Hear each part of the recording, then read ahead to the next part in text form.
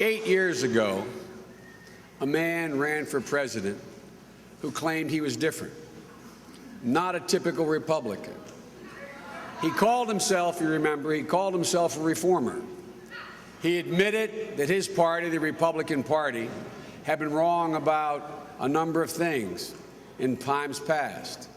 He promised us, if you remember, it was a major selling point, that he would work with Democrats. He said he'd been working with Democrats for a long time in Texas. That candidate was George W. Bush. Remember those promises. Remember what he said. Remember the promise to reach across the aisle, to change the way things were done in Washington, to change the tone, to restore honor and dignity to the White House. You know, we saw how that story ends. A record number of home foreclosures, home values tumbling, and the disturbing news that the crisis that you've been facing on Main Street is now hitting Wall Street, taking down Lehman Brothers and threatening other large financial institutions. We've seen 8 straight months of job loss in America. Nearly 46 million Americans without any health insurance. Average income's down, while the price of everything, from gas to groceries, is going up and up. A military stretched thin from 2 wars, one of necessity and one of choice. Multiple deployments of not only regular military, but National Guard as well as reservists. A nation more polarized than I have seen any time in my career. And a culture in Washington where the very few wealthy and powerful have a seat at the table, and the rest of us are on the menu. 8 years later. 8 years later now. 8 years later, we have another Republican nominee who's telling us the exact same thing. He's saying this time will be different. He says it really will. This time he's going to put country before party, to change the tone, reach across the aisle. He's going to change the Republican Party. He's going to change the way Washington works. Folks, we've seen this movie before, and we know the sequel is always worse than the original.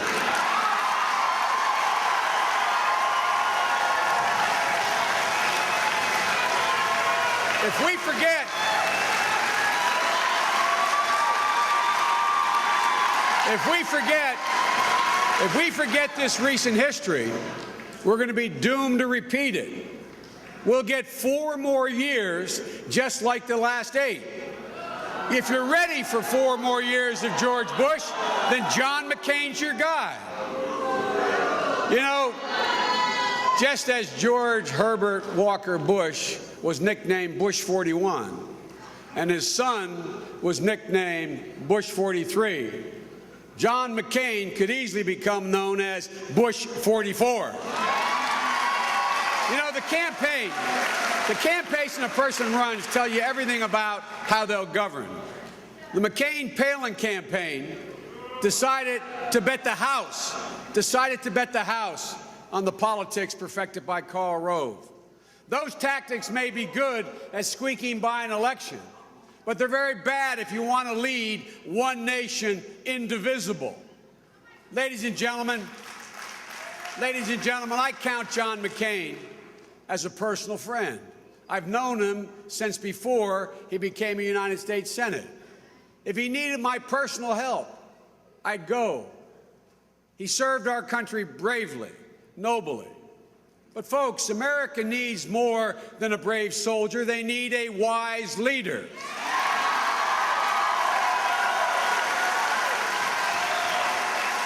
Take a hard look at the positions John McCain has taken over the last 26 years of his career on the economy, on health care, on foreign policy. And you'll see why I say that John McCain is just 4 more years of George Bush. And I'm not looking for an applause line. This is deadly earnest. On the issues that you talk about at your kitchen table, Can we afford Mary's tuition? What are we going to do about Mom's MRI? How are we going to pay for it? Winter's coming. How are we going to heat the house? On those issues, the issues that we talk about every day, middle-class people, John is profoundly out of touch. John McCain has confessed, and I quote, I want to make sure I get it right. He said, "It's easy for me to be in Washington and, frankly, be somewhat divorced from the day-to-day challenges people have." Well, he's right. He's right. If all you do is walk the halls of power, all you'll hear is the wants of the powerful. Ladies and gentlemen, I believe that's why John McCain could say with a straight face as recently as this morning, and this is a quote, "The fundamentals of the economy are strong." That's what John said. He says that we've made great progress economically in the Bush years. Ladies and gentlemen, I could walk from here to Lansing, and I wouldn't run into a single person who thought our economy was doing well, unless I ran into John McCain. Folks, John just doesn't get it. He just doesn't understand what average middle-class people are going through the last 8 years. He doesn't get it. I don't doubt that John cares. He just doesn't think. He doesn't think that we have any responsibility to help people who are hurting. Just look at John's budget. Who would he give the tax cuts to? And how would he spend the money? You know, my dad used to have an expression. He'd say, "Don't tell me what you value. Show me your budget, and I will tell you what you value." Well, folks, by that measure, John McCain doesn't stand with the middle class by that measure. He stands firmly with George Bush in the corner of the wealthy and the well-connected.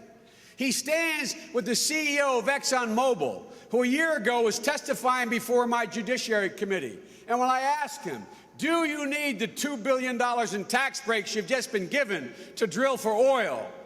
he looked at me and his jaw quivered. I said, "Sir, you're under oath." And his response was, no, we don't need it. Well, John McCain not only supported that tax cut, John McCain now wants to add $4 billion in new tax cuts for the ExxonMobils of the world and the wealthiest Americans. Look, folks, in addition to that, John's proposals, as he misrepresents ours, John's proposals call for an additional $300 billion a year in tax cuts over the next 10 years each year for corporate America and the wealthiest among us. Folks, I promise you, there is simply no daylight between John McCain and George Bush, at least none that I've been able to discern. On every major challenge we face, from the economy to health care to education and the war in Iraq, you can barely tell the difference. Don't take my word for it. Look at John McCain's record. 90% of the time, John has voted with George Bush. 90% of the time. Now, that's a statistic. Well, let me tell you what that means. It means when George Bush said we should privatize Social Security, John McCain campaigned with him to go ahead and do that, even after it was roundly and soundly rejected by the American people. When George Bush says government has no obligation to retrain and to provide extended unemployment benefits for people who lost their jobs because of trade agreements, John McCain echoes that view and goes on to say that, quote, Bush is right on trade, absolutely. Where does he live? When George Bush said we shouldn't investigate the government's incompetent response to Hurricane Katrina, John agreed with him. When George Bush opposed initially the GI Bill to send a new generation of veterans to college, John McCain stood with him, calling Senator Webb's bill too generous to our veterans. When George Bush blocked our effort to provide health care to additional 3.8 million children in America. John McCain, John stood with him. And when in early 2007, George Bush suggested that your health care benefits provided by your employers should be taxed as income, John McCain stood with him. And ladies and gentlemen, now John McCain makes taxing your health care benefits an essential part of his health care plan. On issue after issue after issue, vote after vote, the story's the same. In the last 16 years, John has voted 23 times against funding renewable energy projects for wind and solar and biofuels, the very things we need to free ourselves from the grip of the oligarchs of oil. Since he arrived in the Senate 20 years ago, John has voted 19 times against raising the minimum wage for people who are just struggling to get to the next day. In 1994, when I wrote and the Congress passed and the President signed the so-called Biden crime bill to put 100,000 new officers on the street, 3,300 new police officers here in the state of Michigan. A bill that provided shelter and security for women being battered at home and helped lead to 8 straight years of decline in violent crime.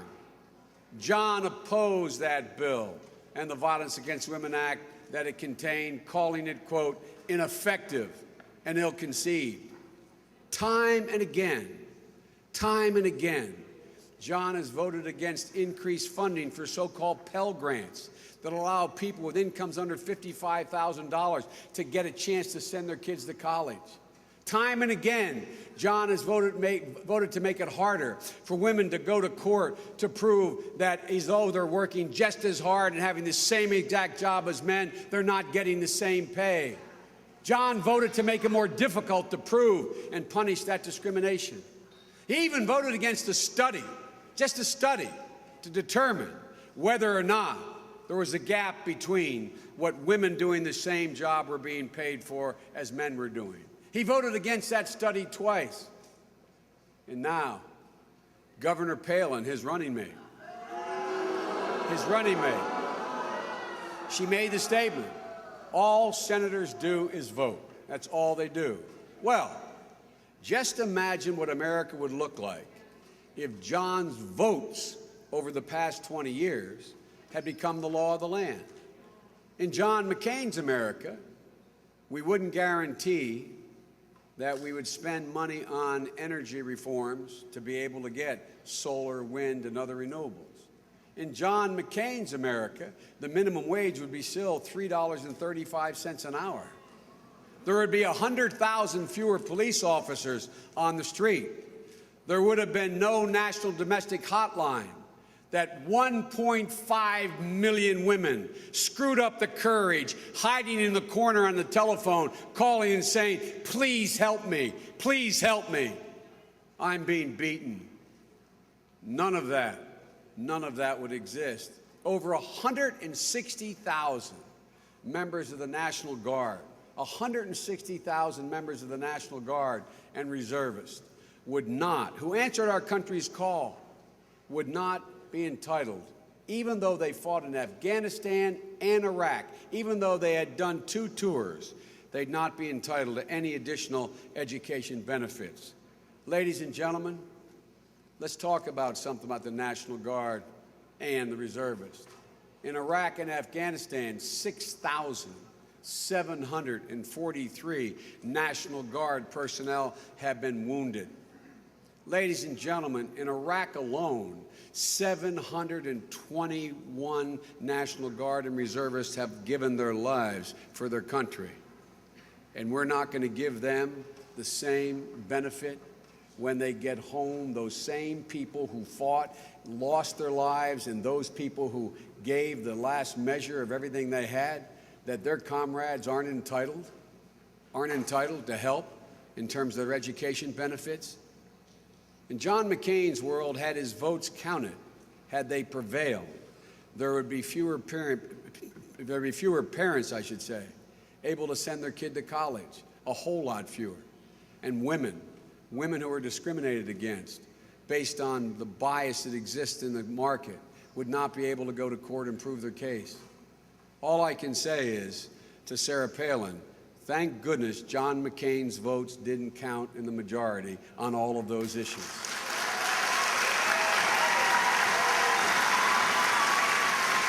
Ladies and gentlemen, John McCain recently said, and I quote, "The issue of economics is not something I've understood as well as I should." As my little 10-year-old granddaughter Finnegan would say, hello, hello. Not only did he say it, he then went on to prove it. He then went on to prove it by the advisors he chose, the economic advisors he chose to surround himself with. Advisors who have further cocooned him from the reality of what average middle-class people in America are facing. Remember, John's the guy, when asked to define middle class, he said below $5 million in income. Well, ladies and gentlemen, he hired on people like former Senator Phil Gramm, the man who wrote John McCain's economic plan and actually said, and Phil Gramm said this repeatedly, he said that we're going through not an economic recession. He said the American people are going through just a mental recession. That's what he said. He went on to say that, quote, "we're a nation of whiners." That's the guy, they're the people John McCain chose to be surrounded with, getting economic advice on a subject he says he doesn't know much about. Well, let me tell you, tell that to my friend. That to my friend Billy, who flew jets in the Navy, worked 20 years for one of the major airlines. They went bankrupt, wiped out his pension. The CEO got a golden parachute. Don't tell me he's a whiner. And by the way, if you knew Billy, don't dare tell him, because he'll knock you on your you-know-what if you tell him he's a whiner. Don't tell me that the woman I recently met in Missouri, who worked for 13 years at the Chrysler minivan factory and then saw her job shipped up to Canada, don't tell me she's a whiner.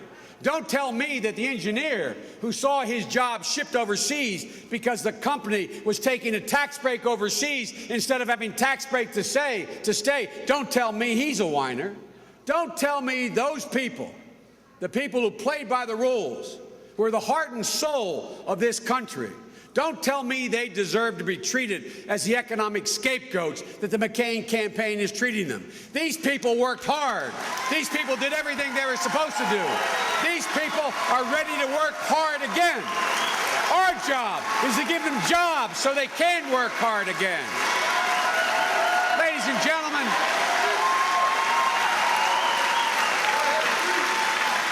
our Republican colleagues, they don't think that a government should be supporting these people. They watch the government walk away from these people. Nobody stood up for them. Let me say it again. Nobody stood up for them. What's John's response to the state of the economy right now? Well, let me quote him again. He said, quote, when asked about the horrible state of the economy, he said, quote, "It is psychological." A lot, quote, be precise, a lot of this is psychological. Well, let me tell you something. Coming from a family with a father who lost a job and had to move from one city to another to find another job to provide for his family, losing your job is more than a state of mind. It means staring at the ceiling. It means staring at the ceiling and wondering, how in God's name am I going to pay the mortgage payment and not lose my house? It means looking at your pregnant wife and saying, how in God's name am I going to come up with the thousands of dollars just for a normal birth? And God forbid, I have a premature child and it's going to cost me $250,000. Ladies and gentlemen, it means looking at your child. It means looking at your child when they come home on Christmas break and saying, honey, I'm sorry, we can't send you back to school next semester. Ladies and gentlemen, it's not a state of mind. It's a loss of dignity. It's a loss of respect. It's a loss of more than just your economic well-being. You know, when you and your economic advisors are so out of touch, it's no surprise that your policies, your economic policies, ignore the challenges of average middle-class families. Let me just give you a couple more examples. In the midst of the housing crisis, and how many of you know somebody who now has a mortgage that costs more than their house is worth? How many of you know somebody who may have lost their house or is trying to keep it from being foreclosed? Well, let me tell you, here's what John said. John said in the midst of this crisis, he said, quote, I will fight for those who lost their real estate investments. He went on to say, it's not the role of government to bail out big business, big banks, or small borrowers. What about small borrowers? What about homeowners? What about the people who don't invest in homes, but actually live in homes? Ladies and gentlemen, there is an important distinction. There's an important distinction that John fails to see between the predators and the preyed upon. Ladies and gentlemen, I was told yesterday that there's a Republican county chairman right here in your state, in Michigan, that said they're keeping a list of foreclosed homes, suggesting that anyone who lost their home in foreclosure should also lose their right to vote. Ladies and gentlemen, if you're worried about losing your home, you should vote. You should vote for the guys who are prepared to help you keep your home, not those who will take it away. Whatever happened?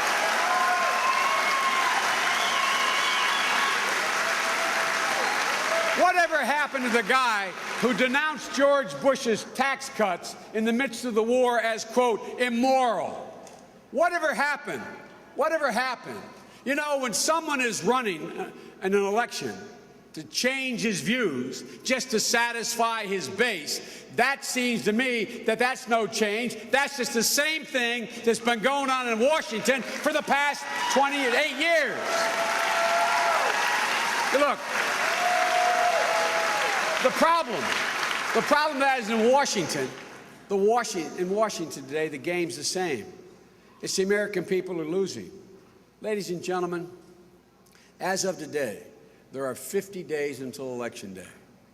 That's just 7 more weeks about the direction we're going to take in this country will be debated and talked about. 7 more weeks to talk about the issues of concern to average Americans, to talk about you.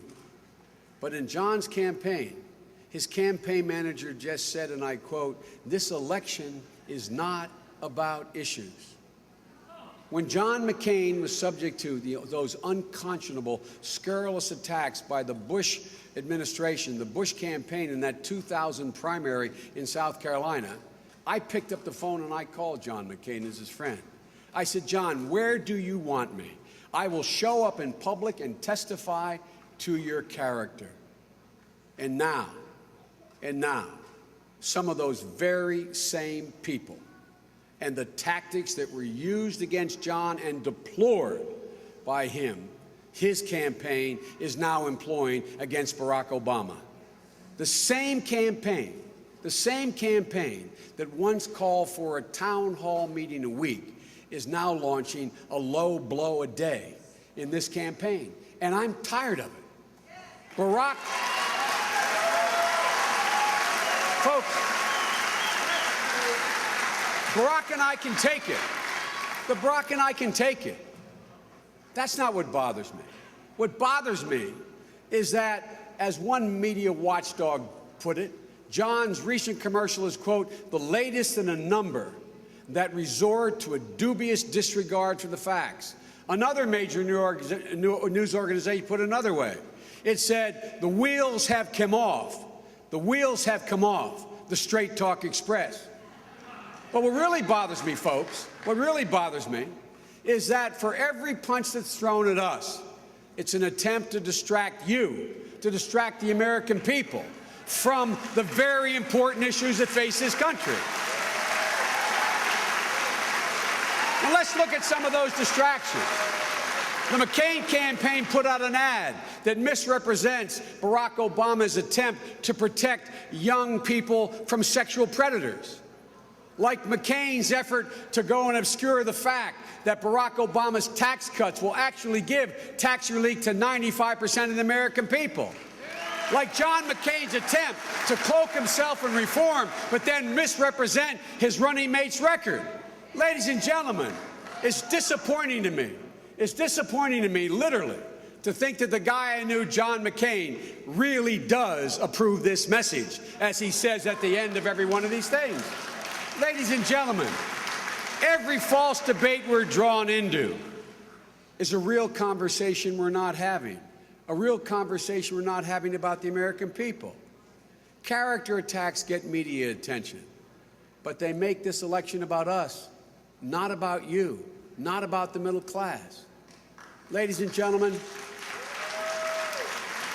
Barack Obama believes that progress in this country is measured by how many people have a decent job, one where they're shown respect, how many people can pay their mortgage, how many people can turn their good ideas into a new business, how many people that can say to their kids when there's a problem, it's going to be okay. Ladies and gentlemen, you know, one of the things that's always been the case is we've always believed as a nation that we owe to our children opportunities greater than the ones we had. That's the American dream.